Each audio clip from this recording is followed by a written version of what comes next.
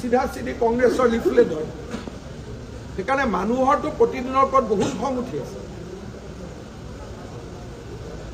যিমানবিলাক এখন leaflet type হৈ আছে নে নাই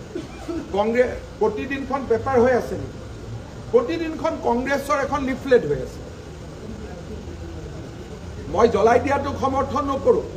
কিন্তু ইলেকশ্যনৰ পিছত অসমৰ ৰাইজৰ লগত প্ৰতিদিন সম্পৰ্কে ময়ো কথা পাতোঁ যে আচলতে আমি প্ৰতিদিন পঢ়ি থাকিলে অসমখন কিমান পিছুৱাই যাব এই কথাটো চিন্তা কৰাৰ সময় আহি পৰিছে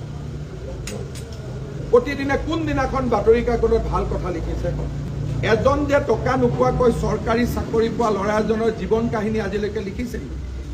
যে এইজন তৰকাৰী বেপাৰীৰ ল'ৰা চৰকাৰী চাকৰি পালে গতিকে অসমৰ সকলো ল'ৰাই পঢ়িব লাগে ক'ৰবাত লিখিছে নেকি গতিকে প্ৰতিদিনৰ ওপৰত মানুহৰ বহুত খং আছে মই জ্বলাই দিয়া অগণতান্ত্ৰিক কামক মই সমালোচনা কৰোঁ কিন্তু মই ভাবোঁ যে অসমৰ ৰাইজে প্ৰতিদিন পঢ়া বাদ দিব লাগে এই অগণতান্ত্ৰিক কাৰ্যৰ বাবে মই একো ব্যৱস্থা নলওঁ কাৰণ এতিয়া মই প্ৰাৰ্থী এজন আৰু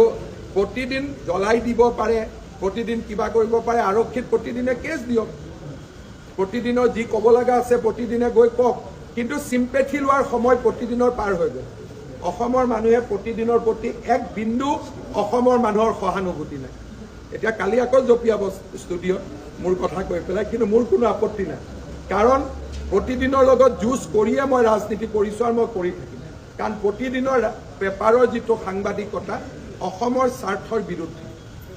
এইটো অসমৰ আজি শিৱসাগৰত কিয় বেয়া পালে তাৰমানে এজন কেণ্ডিডেটক গালি গালাজ কৰি লিখিছিলে পেপাৰে এজন কেণ্ডিডেটক গালি গালাজ কৰে নেকি কওকচোন পেপাৰে কোনোবা প্ৰাৰ্থীক সমৰ্থন কৰে নেকি নিশ্চয় কোনোবা এজন কেণ্ডিডেটৰ কথা বেয়াকৈ লিখিছিলে কেনেকৈ লিখিব বেয়াকৈ তেওঁলোক পেপাৰ যদি সকলোৰে কথা সমানে লিখিব লাগিবনে আজি মোৰতো শ্ৰাদ্ধই উঠাই থাকে ৰাতিয়ে দিনে আৰু এতিয়া মোক প্ৰশ্ন সুধি মোৰ পৰা কি চিম্পেথি পাব ৰাতিয়ে দিনে মোৰ শ্ৰাদ্ধ উঠাই নাথাকে জানো